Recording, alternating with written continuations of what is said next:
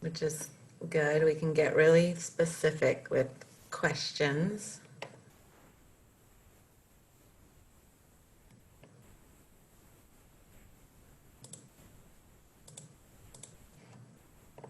So for those that just logged in, I'm going to repost this link to a survey asking about what your interests are for future peer-to-peers, if you feel so inclined to fill that out.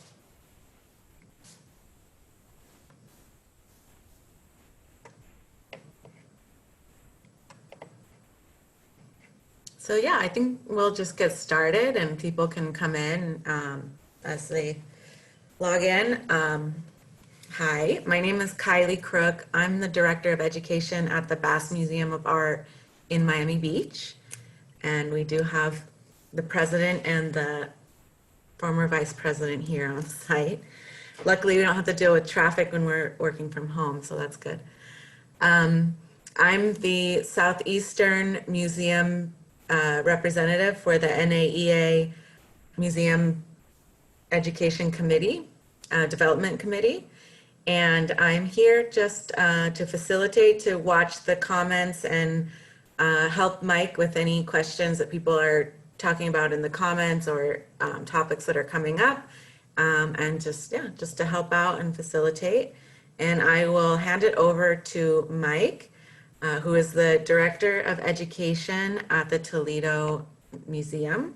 And Mike, I'll let you introduce yourself with a little more detail. All right, thanks, Kylee. And thanks to the small but mighty group who has decided to join us this afternoon. So as Kylee said, I am the Director of Education and Engagement for the Toledo Museum of Art.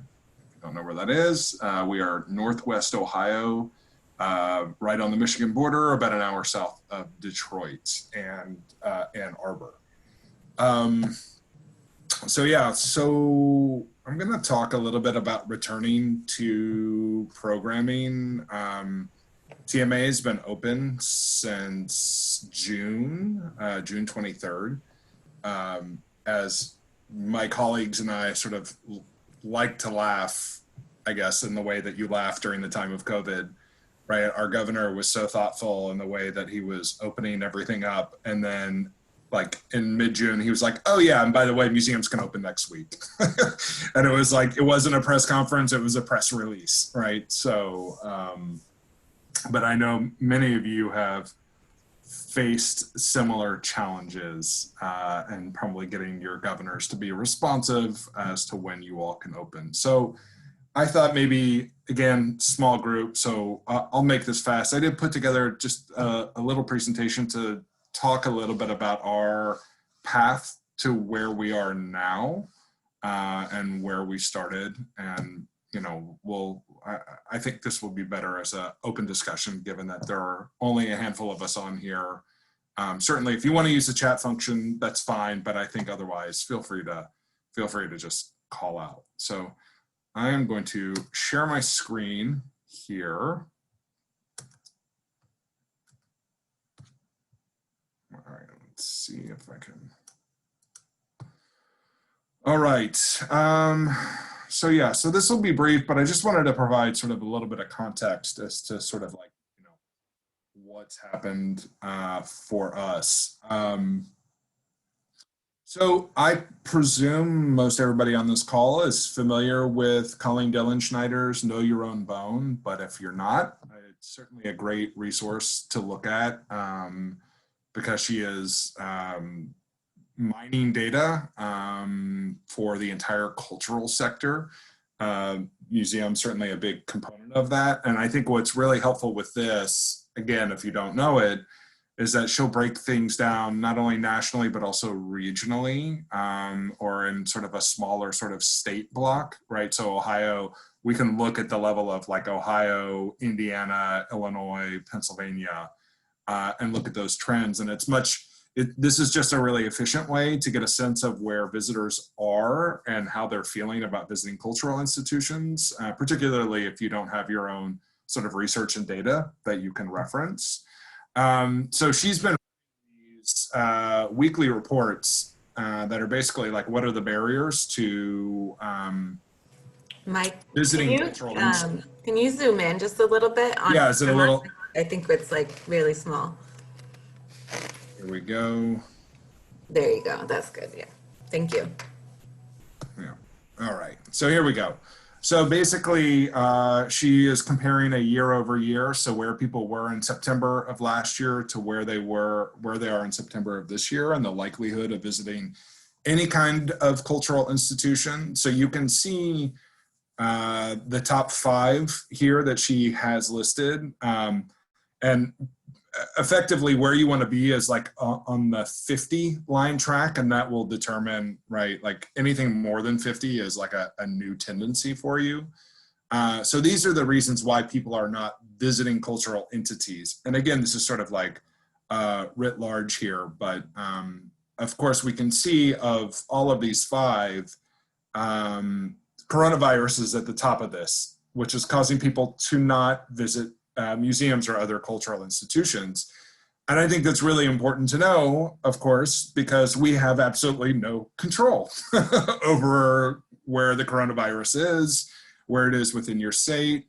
There are certainly other things, you know, that also fall in line as far as like competing interests, right? So preferred leisure activities, public safety concerns, access, although I do think at times museums do control access, right? Particularly, I know many of us have funds or other things that we can do to help bring people to our institutions. And then the ever-present, I've already visited, why would I go back? Qualifier. But again, for me, I think the really interesting thing here is that coronavirus this is the biggest reason why people are not coming to museums right now. And we cannot control that, right? We can't, you know, our director is getting ready to launch a campaign, and I am hopeful that it's working, but he wants to show off our air quality and filtering capabilities of our HVAC system, right? That we can filter out 99.9% of airborne particles, right? So we can at least help alleviate that in some way. But, you know, again, as we know, people will, as long as concerns about the coronavirus exists, people are not going to be coming, or at least a certain subset of people that are coming. So that's sort of the baseline of like starting this conversation, starting the reopening of the museum, and starting our programming. So now I am going to scale back down to somewhat normal size here. So like many of us, you know, when COVID-19 first hit and we were, you know, all suddenly working from home back in March, and I think like many of us, we needed the first couple of weeks to figure out what in the world was going on in the world or within our own communities. And, you know, we didn't already have a digital platform set up at TMA. So we basically had to build something from scratch, buying iPads, buying lighting, buying microphones, buying tripods, you name it. And so we initially started to develop and create digital programming, mostly pre-recorded stuff, because we still, right, we actually did not get Zoom as an institution until 2 weeks ago. So we didn't even really have a web conferencing platform that we could use. And actually made an initial purchase into Blue Jeans to push a lot of this stuff out, which is, you know, Blue Jeans is just another web conferencing platform. So, so again, we created a series of virtual experiences, whether it's the one on the left, which was actually a paid art class in which we developed pre-recorded lesson plans and then sent out art supplies for people that would sign up and pay for these classes, as well as on the right, we did this this link on our website called TMA at Home. And these were just a series of sort of short videos, short activities that people could do for free. So that was sort of like, okay, the dust is settling a little bit. What are we going to do? How do we still want to remain connected to our key constituencies? So then finally, you know, after a few months had passed, we got to the point of, okay, the museum is ready to reopen. For those of you that have not been to TMA, and I'll show it in just a minute, but we operate 8 buildings. 2 are galleries, the other are studio spaces or other office spaces, as well as a 36-acre campus. And so we had to prioritize and strategize about, okay, so what would it be like to open this? Do we open it in phases? Do we try to open everything at once? Ultimately, we decided to open in phases. And so of our, what I would call our main building, which houses the majority of our collection, we decided to only open half of it. We decided to implement time tickets. I should say that we are a free museum. And so, you know, having to push out time tickets, timed entry was very new behavior for our visitors. We still remained free, but that was new. We also initially created a one-way path through the museum. And certainly in hindsight, you know, some of this certainly was about controlling crowds and volume based on the guidelines that were given to us. I think a lot of it was about letting the staff feel comfortable coming back to work, right? Because we were asking them to come back and then saying, hey, now we want to have the public come back. And so it was a very controlled environment. Here you can see some photos from opening day. So, you know, this new route required masks. I will say, when we first opened, we did not require masks. There wasn't a state mandate at that point. We ended up putting that into place just before the state mandate because we were getting feedback from our visitors saying, we want you to have masks mandatory. I think we were all concerned with, you know, those early stories of people in Michigan and in other states getting attacked for, you know, having to put a mask on. It was like, so let's not disrupt or anger our visitors. And we quickly learned that, no, this is actually what our visitors want. So, you know, a lot of those necessary precautions, hand sanitizer, that kind of thing, we have since, now that it's been 3 months, everything on our campus is open. We've gotten rid of time tickets. We've gotten rid of one-way flow, so it's now free flow as it has always been.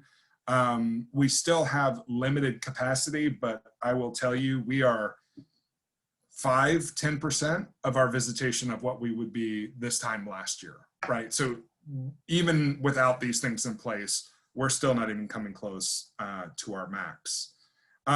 Here, I'm gonna zoom in a little bit for you again. Here is a model, of course, and this will just give you a sense of scale of the museum and campus. So this whole area represents about 36 acres. This is the main building right here, which holds the majority of our collection. This building right here is our glass pavilion. So it holds our glass collection as well as our glass studios. And then this building right here, this is the University of Toledo's Center for Visual Arts right here. So, you know, one of the fortunate things that we have that certainly I know not every museum has is basically we have a park that surrounds us. So anything that we were not ready to do indoors, we could pivot outdoors, right? With the huge caveat that weather impacts everything. And so what we decided to do at the start was to transition for outdoor programming. So that was like that was the first step that we took once we decided we didn't want to only do digital experiences. I'll zoom in a little bit more. So one of the ways to kick this off, as we were sort of like thinking through what do we do, we actually hired a chalk artist to come down from Ann Arbor, Michigan, and he spent the day with us. You can sort of make him out right here. He spent the day actually just roaming our campus and doing these nice little chalk drawings. And it was really a way to get people out on our campus and get them, because the fact, even though we have an outdoor campus and we have a sculpture garden, it's not very heavily trafficked or used, I would say. I would argue that it's actually a forgotten collection area of TMA. And so we wanted to really bring awareness to it and activate it. So that was one of the programs that we put into place pretty early on. Another was we took our family programming outside and decided to set up. We have a family space. We brought them outside to start doing story time outside, as well as hands-on activities. I will say with the hands-on activities, normally, you know, as you all can imagine, with most family spaces, it's sort of like free-for-all with supplies, etc. This team every day would spend time pre-packing kits that families could just have their own individual kit, so we didn't have to share supplies. So it took a lot of thinking on their end to be able to do that, so we didn't have to stay on top of the daily sanitizing or cleaning of these materials. But, you know, of course, aside from doing new programming, there was also sort of the revamping of what we already had in place. Now, in hindsight, right, and of course, time not ever being an issue, right, one of the things that we have reflected on since then is it would have been nice to not have to figure out how to adapt our programming to this. It would have been nice if we would have had time to create new programming, so we didn't necessarily have to say, like, here's what we used to do. Now we have all these COVID regulations. How do we mix it into that?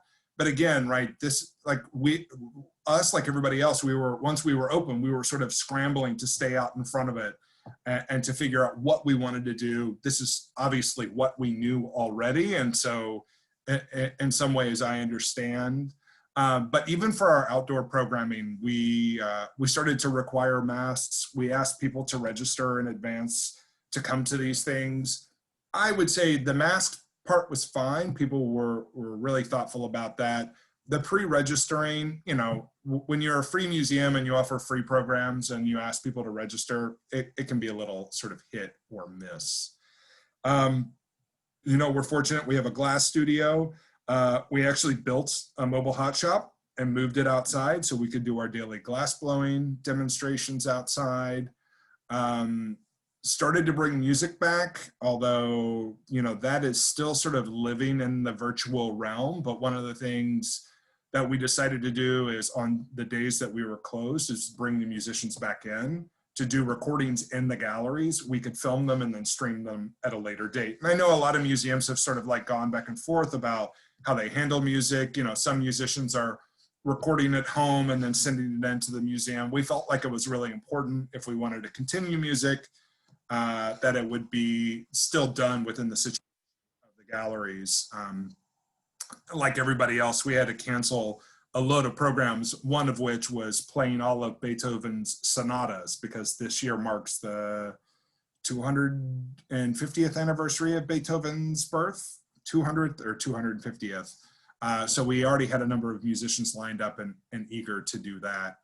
And then we also have this big summer program for teachers. It's our summer teacher leader program that we decided to bring back. We were going to do it virtual, and all of the teachers said, we don't want to do it virtual. We want to be back. We're ready to be in your building. We're ready to be on site. So here we have a handful of the teachers that participated in that program. So this has really sort of been like where we've been, I would say, for the last 4 months almost. It's hard to believe we've been open almost 4 months at this point. It's hard to believe that COVID's been around for 7 months. It's almost hard to remember what life was like before COVID. I'm sure that's the case for many of you all as well. So now we're as the weather is getting colder here in Northwest Ohio, we're starting to think, right, outdoor is really diminishing. And so how do we continue to maintain programming and to bring it back in? And we've learned a lot of good lessons from being outside. So that's just sort of like a really quick trajectory here. But, you know, one of the things that I just wanted to throw out, just a few questions in the event that, like, you know, depending on where you were within your own trajectory, that I think are really interesting questions, right? And I would love to hear from you all, like, are you all reopened? What is the process that it took for you to reopen? Have you adapted your new program or programs?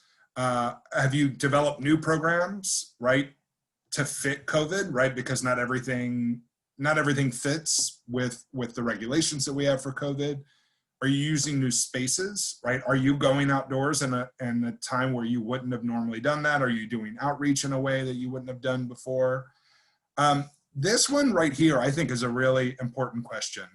Are your visitors asking for programming? Because I will tell you, I think staff is asking for programming more than visitors are asking for programming at this point. And by staff, I mean the executive director and board members, right? They want to know where programming is. And I get it, right? But we don't necessarily have visitors knocking on the door saying, where's your programming, right? Where's this, where's that? I mean, of course, we do get the, we do get the few that do reach out for that. And then finally, right, because this is also an ongoing thing, and I know that the peer-to-peer has done a few sessions on like how staff are feeling, but how are your staff feeling about returning to programming? Because I think in concept, you know, my team wants to do this and they do it, but everybody's skittish about it too, right? It all sounds good in theory, and then you get into the practice and it becomes a little intimidating, to say the least. So I'm going to stop there. And yeah, I mean, I think, again, we're a small group. So I would love to throw it up to you all, see where you all are sort of in this trajectory as far as getting your museums open. And then what plans you have for programming or what plans you've already put in place for programming.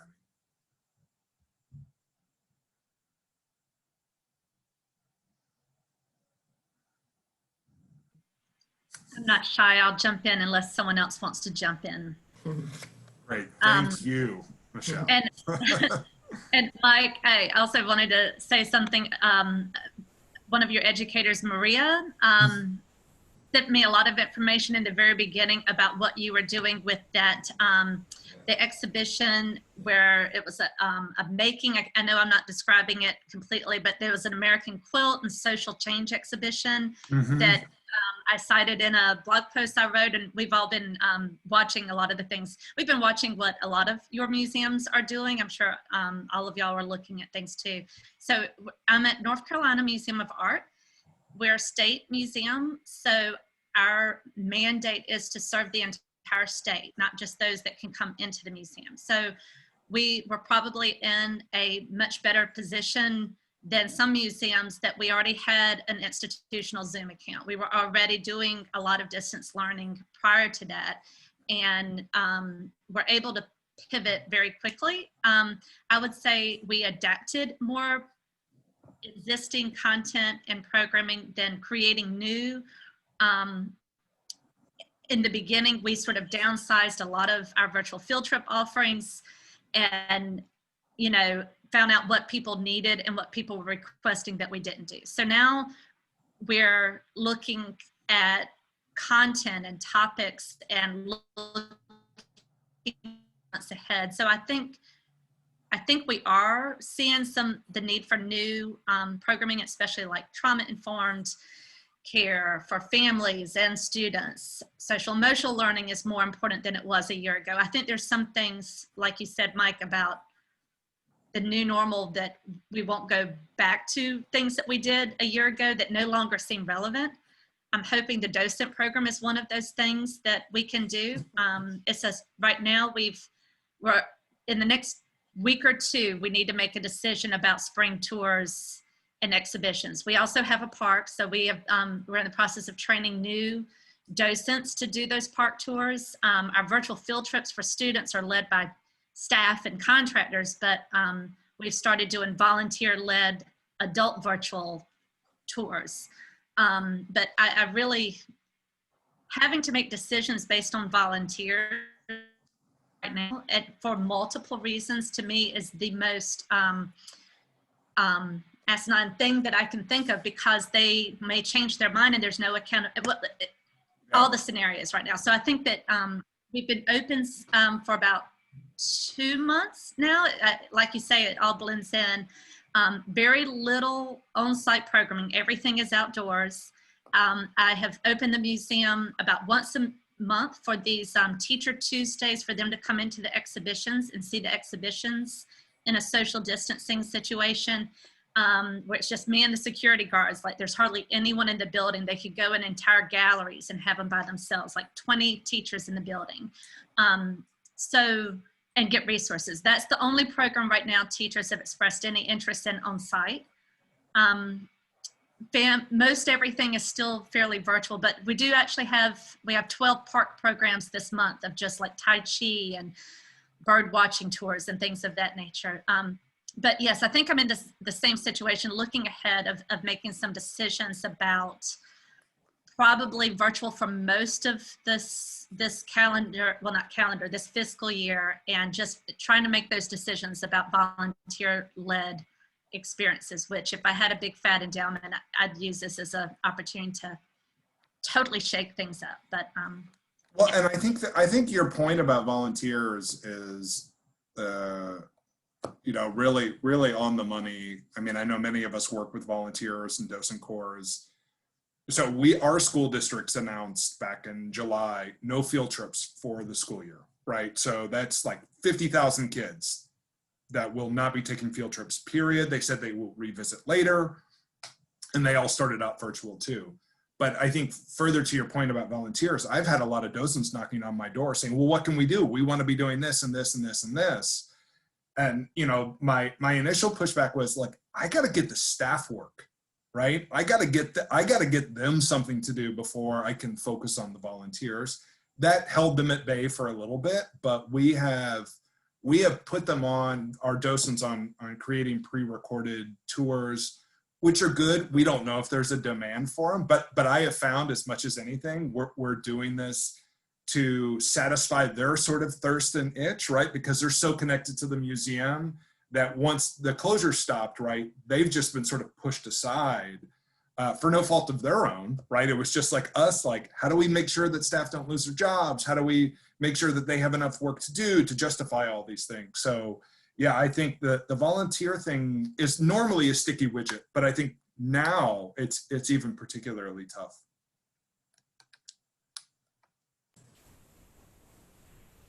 And how about, so Mike, you were doing outdoor programs and virtual at the same time, or did you kind of stop virtual to do outdoor? No, we've been maintaining both. So one of our bigger programs are our paid art classes. So we have 3 semesters a year, 2,000 students that take classes with us, and these range between 5 weeks and 10 weeks. That has largely been maintained virtual. We've done a smattering of like, here's a workshop indoors or here's a workshop outdoors. But I'm, as I'm sure everybody else here feels, we're starting to see Zoom fatigue happen from our constituents too. Like we're initially, right, I think as Kylee and I were talking before, when the museum first reopened, we saw, yes, the museum's reopened and attendance did this, and now it's starting to do this. Same with when we first started launching virtual programs, people were like, yes, we want to engage. And now it's like, I'm tired of that. Something else. So I like Michelle, I'm really struggling with what am I going to do for the next 6 months, particularly when my director, and you know, I got to give him credit. He's not like, you have to earn money, but he's like, we are in a world of hurt right now. And if we don't earn money, things will look really bad, right? And so, and again, I know we're all feeling that in some way, but so that adds some of that internal pressure and stress where it's like, normally I would say, okay, what didn't work? I'll step back and reflect. And it's like, no. Okay, I got to make a split-second decision and I got to move on to this, right? And on that note too, like what is, you know, how are you gauging success? What is the bar that you're trying to reach and how did you establish that, you know? And so, how are you tracking? Yeah, so, you know, we're not doing any kind of evaluation other than we work with this program called Happy or Not, which is basically like, you know, those airport restroom kiosks, like, you know, you press the smiley face or the frowny face when you leave. So we're seeing that most of our visitors, like 99% of them, feel comfortable about coming back to the museum. They're enjoying the experiences.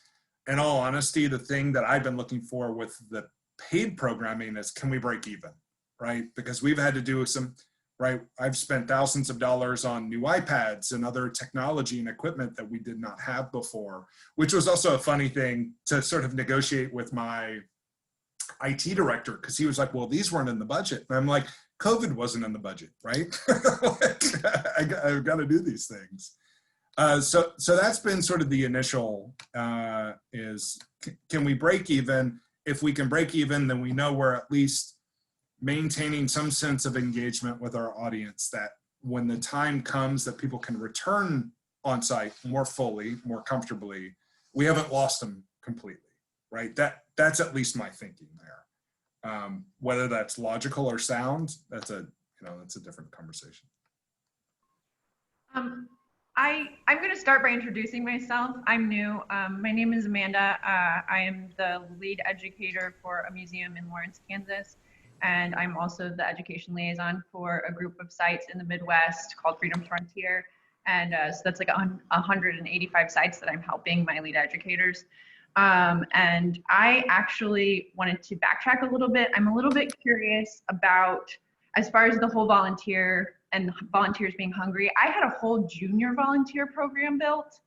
And now I'm trying to create that in a digital form, because these students are between the ages of 13 and 17.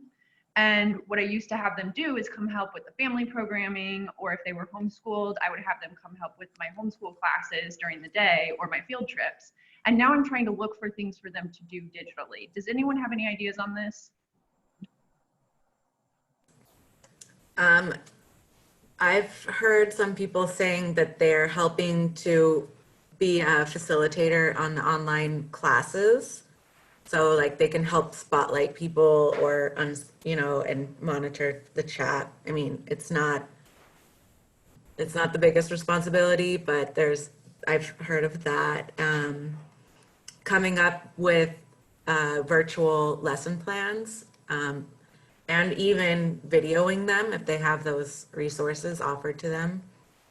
But yeah, I mean, it still requires a lot of hand-holding.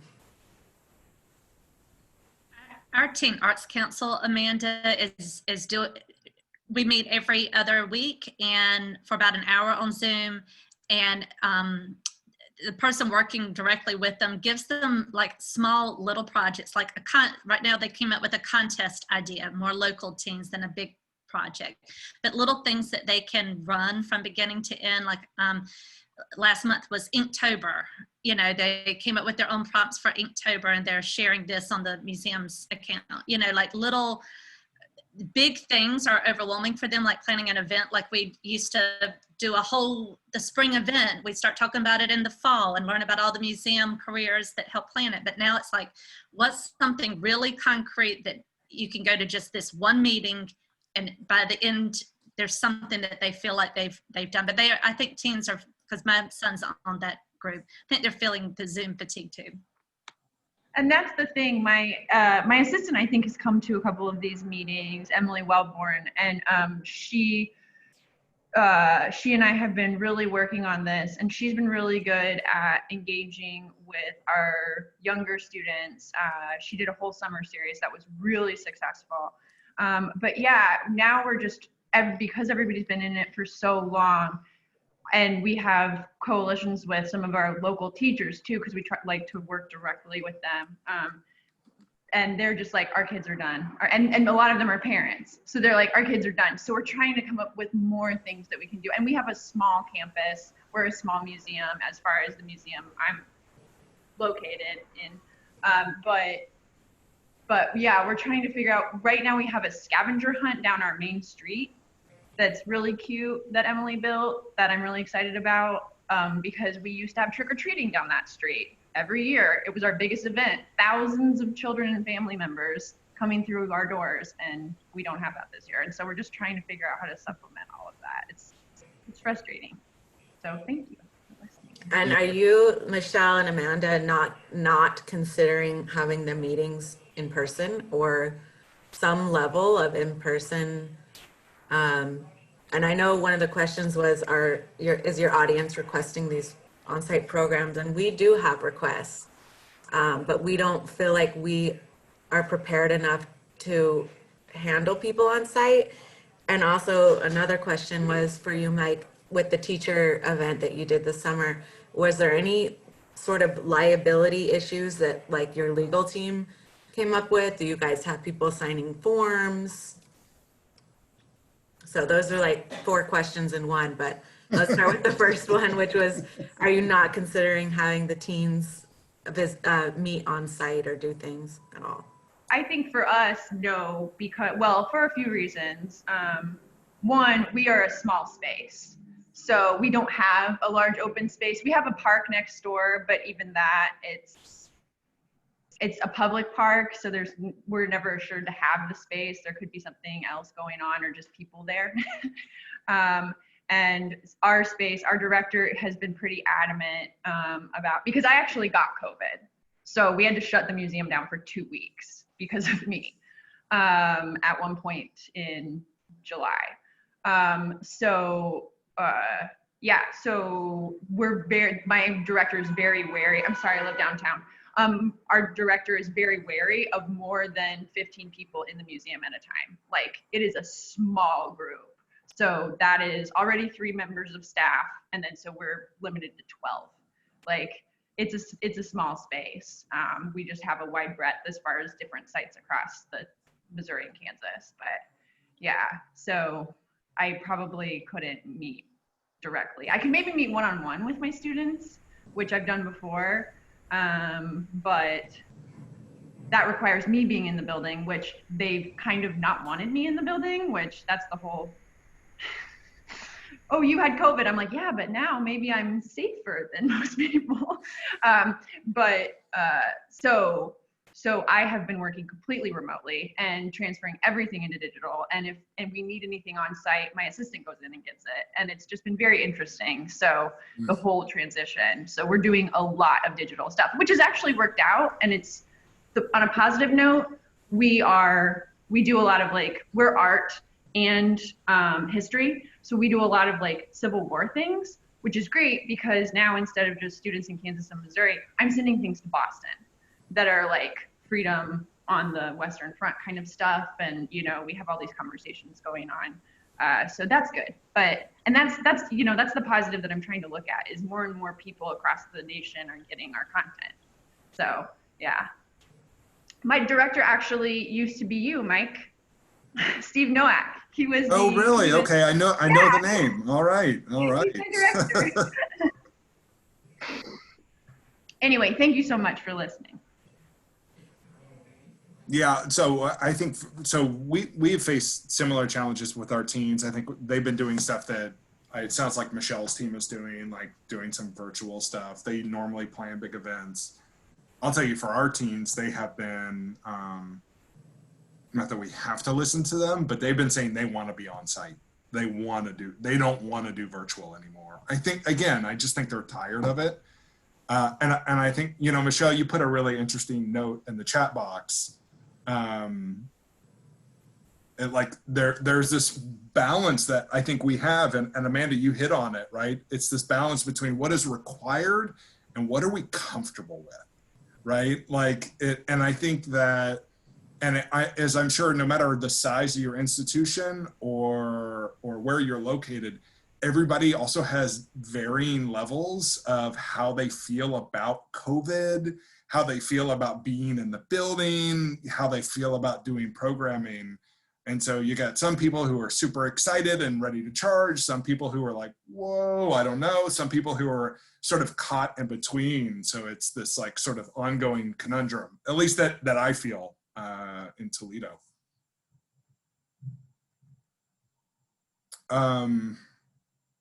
So let's see. Kylee, you asked another question about the teachers. So for the teachers, we gave them sort of what we were going to be doing and let them know all of the precautions we put in place. We didn't put any liability waiver in front of them. So as a museum, we have sort of debated back and forth what we wanted to require, right? Some museums are doing thermal scans when people come in, taking temperatures. We elected to not do any of that, right? Our message is just you feel sick, stay home. Otherwise, come here and enjoy the museum. We're a safe place. So far, knock on wood, that's worked out for us.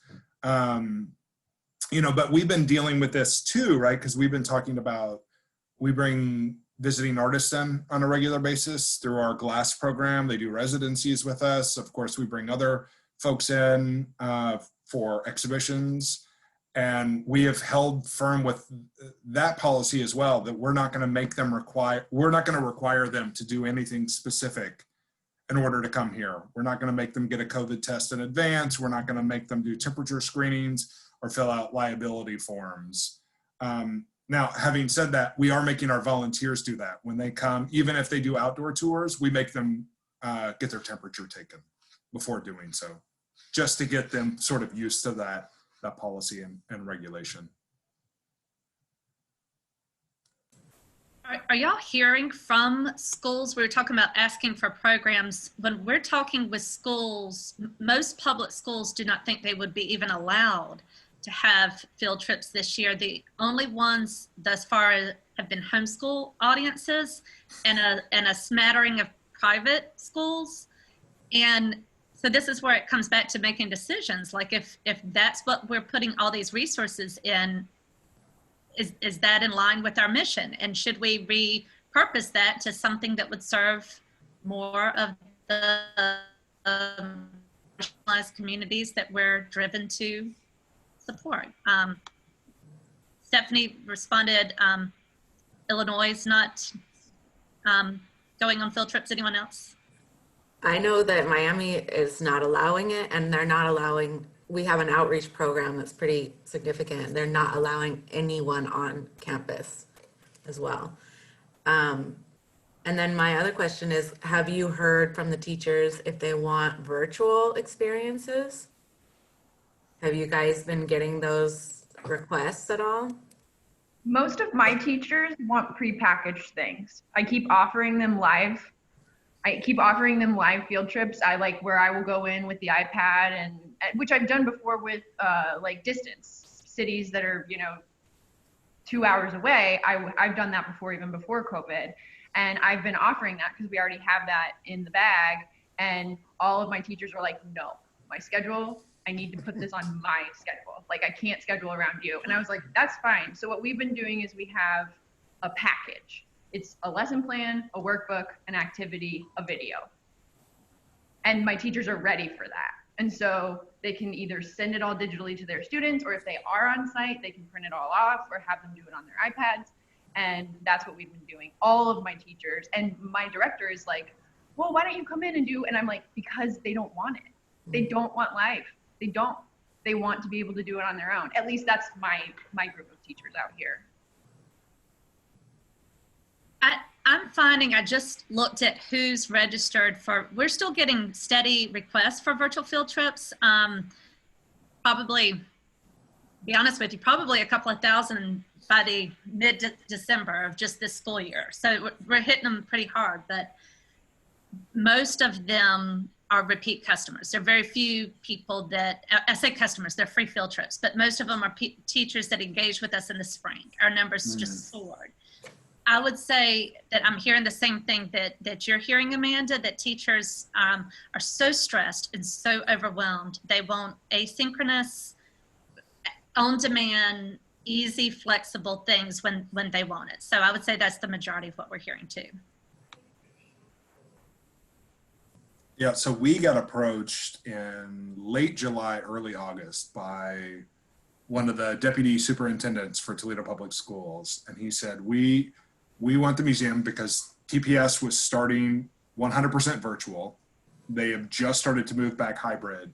And he said, well, they're only going to get one semester of art this year as a result of the new schedule. Would you all be willing to create a series of pre-recorded videos that we could launch right during those off semesters, where we want you to expose them to the museum, we want a little art activity, and then highlight museum careers in like 10, 15 minutes. So we said, sure, it's totally new for us, but like we wanted to do it. And the moment like I hung up the phone with the deputy superintendent, this is hyperbole, of course, it's probably more like a couple of days, I got a call from an art teacher and that was like, I heard you guys are working with the district. That'd be great. Can you all set up an interactive website, much like, the Met Museum or the Tate? And we want to be able to play games and watch videos and be detectives. And I'm like, that sounds great. that would take us like a year to build out for you. So there's no way we can do it. And frankly, that's not what the superintendent asked. And her pushback to me was, but we don't need art instruction, right? That's what we're here for. And I was like, look, I get it. It's just the administration's asking us this. So I think, Amanda, to your point, I think they're looking, at least the art teachers around here, they're looking for something ready-made that they can just grab and do, right? Because they don't have sort of the online resources that they normally use, right? And so that, yeah, so that's a story in itself. Have any of you used Nearpod? Yes, that just came up at our education team meeting. Nearpod was out like 2 or 3 years ago, and it was on our radar. Everyone's talking about it, but yes, it is definitely Nearpod is definitely one of the top ed tech tools that we're hearing about right now. How are you using it, Amanda? Well, so, okay, I'm going to be quite honest, and I always, she gets shy. My assistant is not my assistant. She is my other half. I would die without her. She's my millennial or my Gen Xer, and I'm like, I can make the videos and the content and the lesson. Can you figure this out? So Emily would really be the person. I just give her all the stuff.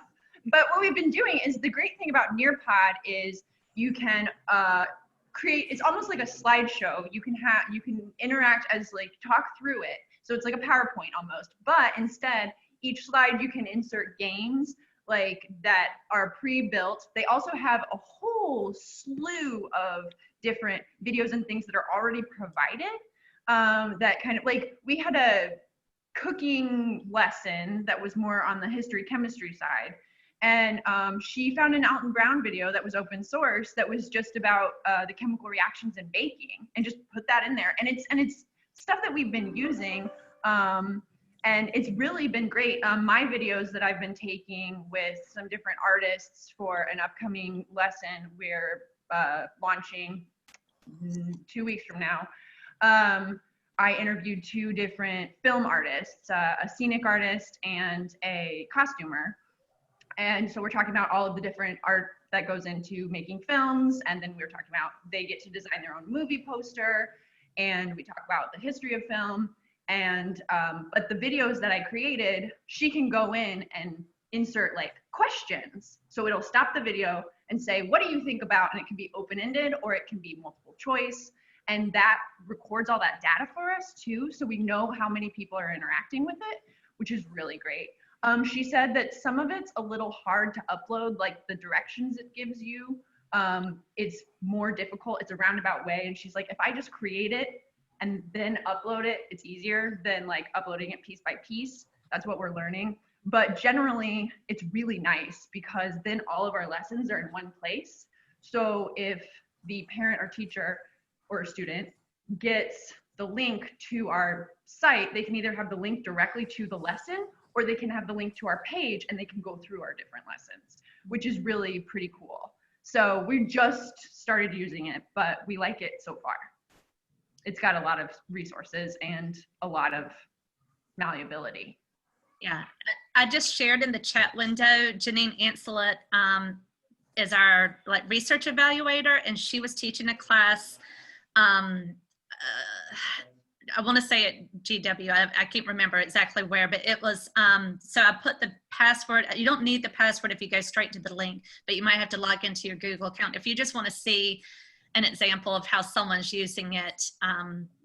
But something else, Peer Deck is one that we talked about this week that is another Google slide interactive kind of thing. My son's school was using that. The tools that we've used, the 3 tools that I'd say have risen to the top for us this fall, and I've started using them in meetings with the staff. Dot storming is awesome, but the free account gives you only one board at a time. Padlet, we use a lot. It's a great way visually to talk about works of art and have people respond to it. And then the third one is Jamboard. It's a Google tool that you can use Post-it notes. So I'll if I can stop talking, I'll see if I can give some examples in the chat of what we've done. Thank you, Michelle. That's very helpful. So I know we're coming up against time, but I think, so one thing I've been thinking about recently, and I think it's sort of implied a little bit in this conversation, we're likely spending a lot of time and effort on schools and how to engage schools. And there is a little bit of irony because schools aren't going to come. And so yet we're thinking about all these ways that we can engage schools. And I'm not saying that's right or wrong, but what I'm noticing is because of so much effort being put into that, at least at TMA, we're losing sight of the audience that's coming to us right now. And how do we best engage them? I'm just curious.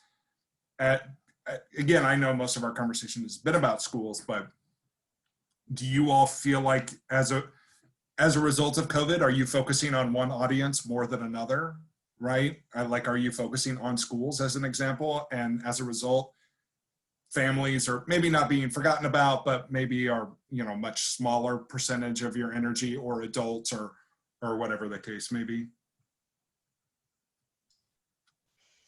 I'll kind of hop in there. I feel like schools is actually the audience where I'm hitting my head against the wall the most. So I'm putting a lot of effort into that, but we're not seeing a lot of return right now. And so my adult audience is the most successful. We transitioned a lunch and learn program to a virtual program. And while the numbers are way down from what we had in person, it's still going. And then I work at a historic house museum. We just started a virtual tour of the house that's really going pretty well. And then we do have a family program, and they weren't coming to virtual programs at all. So we transitioned to packets. So you can pick up your packet and take that home. And if the weather is good, they'll come out in droves for that. If the weather is bad, they will not come visit us. So it's just an entirely different situation. And you're like, gosh, I hope nobody's counting numbers the way they used to count numbers, because like I'm doing everything I can, and it's just no way to predict it.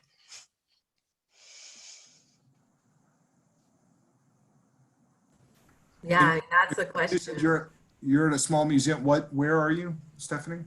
I'm out in the Chicago suburbs at Canteen. Like, I'm a museum inside a park, which is a little unusual. And we have a sister museum here on property, and they're seeing similar things. And so you can't even like talk to a museum that's close or nearby or in about the same situation. It's like, okay, we're all doing this. And I think it's just moral support at some point.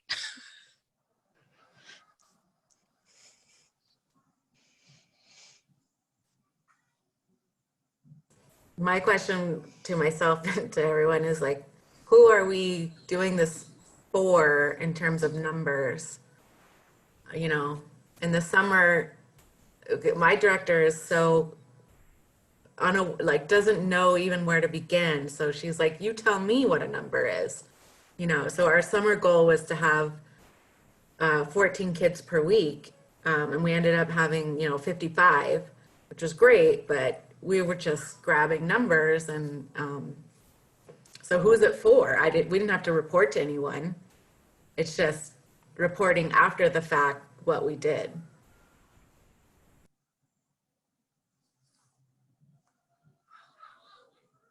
I found, and this is not to be sort of jaded, but I found honestly that a lot of my team is going, they need us right now, but they don't need us to push as much as we're pushing right now. We're doing this to prove to the board that we're valid. And it's kind of frustrating because like my head of membership just said, can't they just let us take a breath? We're in a pandemic. And so that was the frustration we faced this summer. They were like, well, what are you doing? What are you doing? What are you doing? And we're like, we're doing everything we can is what we're doing. But as far as family programming, we have been focusing on that quite a bit. We had that summer series that it used to be a weekly series where it was an open house and there were art activities, and it was, it was summer games is what we call it. And it's games and art and lots of fun things. And we turned that into a half-hour live stream where we did like little crafty things and like explained how to play different games. And it stayed up. So if they couldn't watch it live, they could watch it after. And that was actually really successful. And we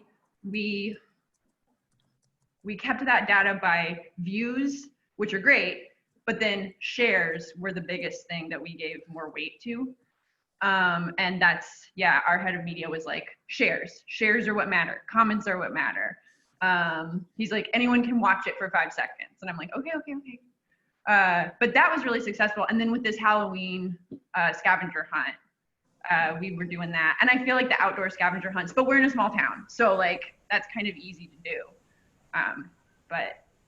And they love the scavenger hunt because it gives them a reason to go outside. And then they come to the museum just for a second, mask on, and they get a prize if they show us the scavenger hunt. So that's been pretty successful. But once again, small town, so. Well, thank you. I think we're right at 4, and I know Mike has to jump off to another meeting, but thank you for your input. I hope it was helpful. If you want to share the word, we're doing this again on Monday, same topic. We wanted to have 2 different time and days so that people could choose what works best for them. So, yeah. Thank you, Michelle, for the links, and we'll see you next time. Yeah, thanks for a great discussion, everyone. Keep up the good work. Don't let it get you down. Thank you. All right, thanks. Bye.